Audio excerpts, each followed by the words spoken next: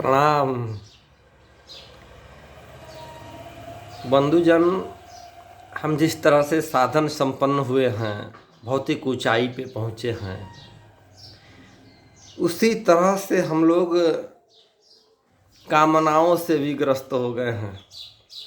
और ये कामनाएं हमारी शांति, हमारे सुख का हरण कर ली है।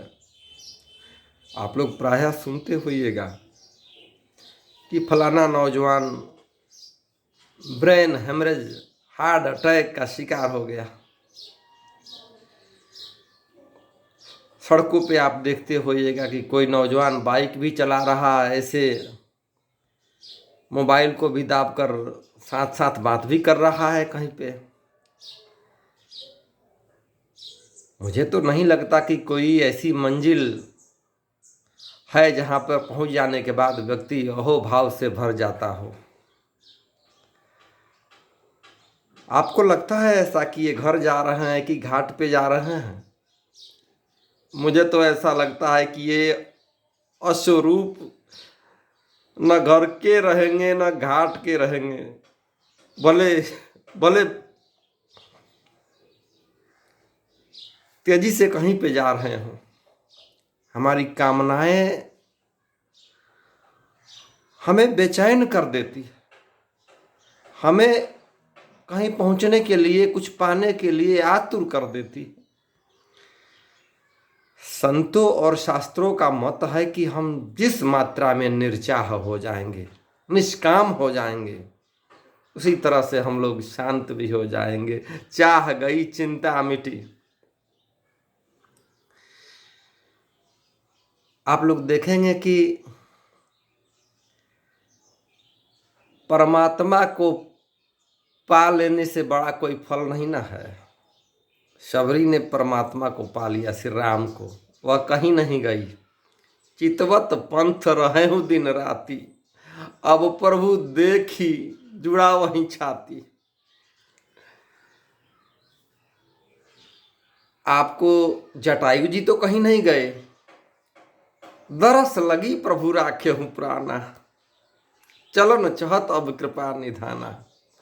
दर्शन के लिए प्रभु प्राण रुके हुए थे, कहीं गए नहीं खोजने।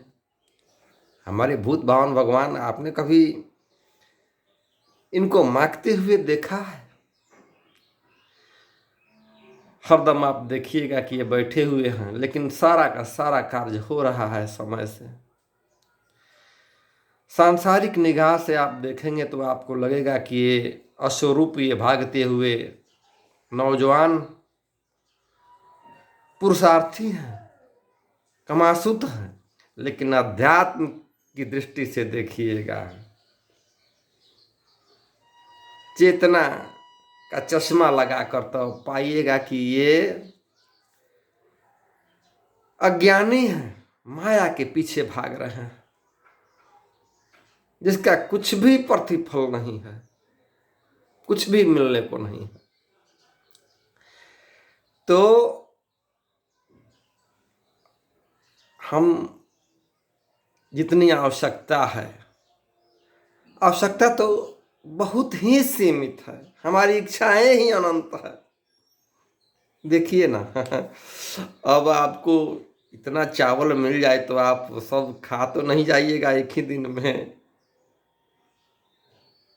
बहुत वस्त्र मिल जाइएगा तो एक ही दिन में तो नहीं सबको धारण कर लीजिएगा।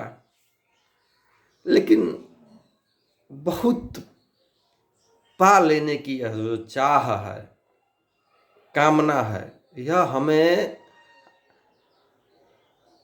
इस तरह से दौड़ने के लिए विवश कर दे रही है, जिसका परिणाम दुखद है। आपको अगर कामना करनी है तो करिए कि हे प्रभु, इस जीवन का परम उद्देश्य, इसकी सार्थकता, इसका रहस्य जाने बिना क्या मैं चला जाऊंगा प्रभु? मांगते हुए ही क्या ये मैं नहीं समझ पाऊंगा कि इस जीवन का रहस्य क्या है? जैसे नचिकेता ने पूछ दिया कि नहीं नहीं, आप हमें मृत्यु का रहस्य बताइए। वैसे हमारे भीतर कभी इस बात की आतुरता हो, इस बात की कामना हो कि हे प्रभु, वैराग्य क्यों नहीं होता? वैराग्य की भूमि पे ज्ञान फलता फूलता। हमारे भीतर इस तरह से राग क्यों है? क्या मैं उस लायक नहीं बनूंगा प्रभु की जीवन के परम रहस्य को जान सकूं? अगर ये कामना आप करेंगे तो मैं विश्वास दिलाता हूं कि आपके भीतर धीरे धीरे धीरे धीरे धुआंते धुआंते अग्नि प्रज्वलित हो जाएगी, जिसके प्रकाश में आप जीवन का जो परम रहस्य है उसे आप देख लेंगे, जान जाएंगे। आपको न तो शास्त्रों में उलझने की जरूरत पड़ेगी और न कहीं तीर्थों पर भ्रमण करने की।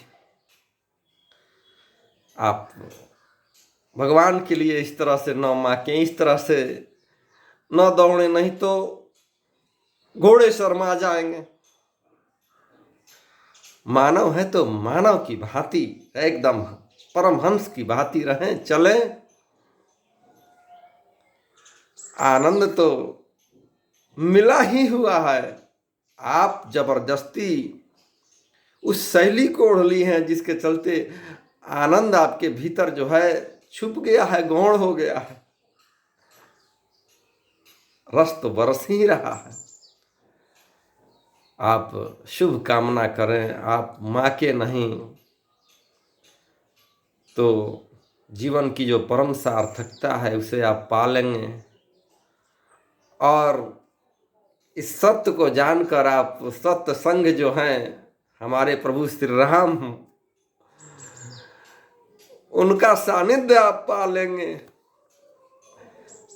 बहुत कुछ ना कहते हुए एक बार फिर से मैं निवेदन करूंगा कि हंस की तरह चलें, घोड़े की तरह नहीं। फिर से मैं प्रणाम करता हूँ।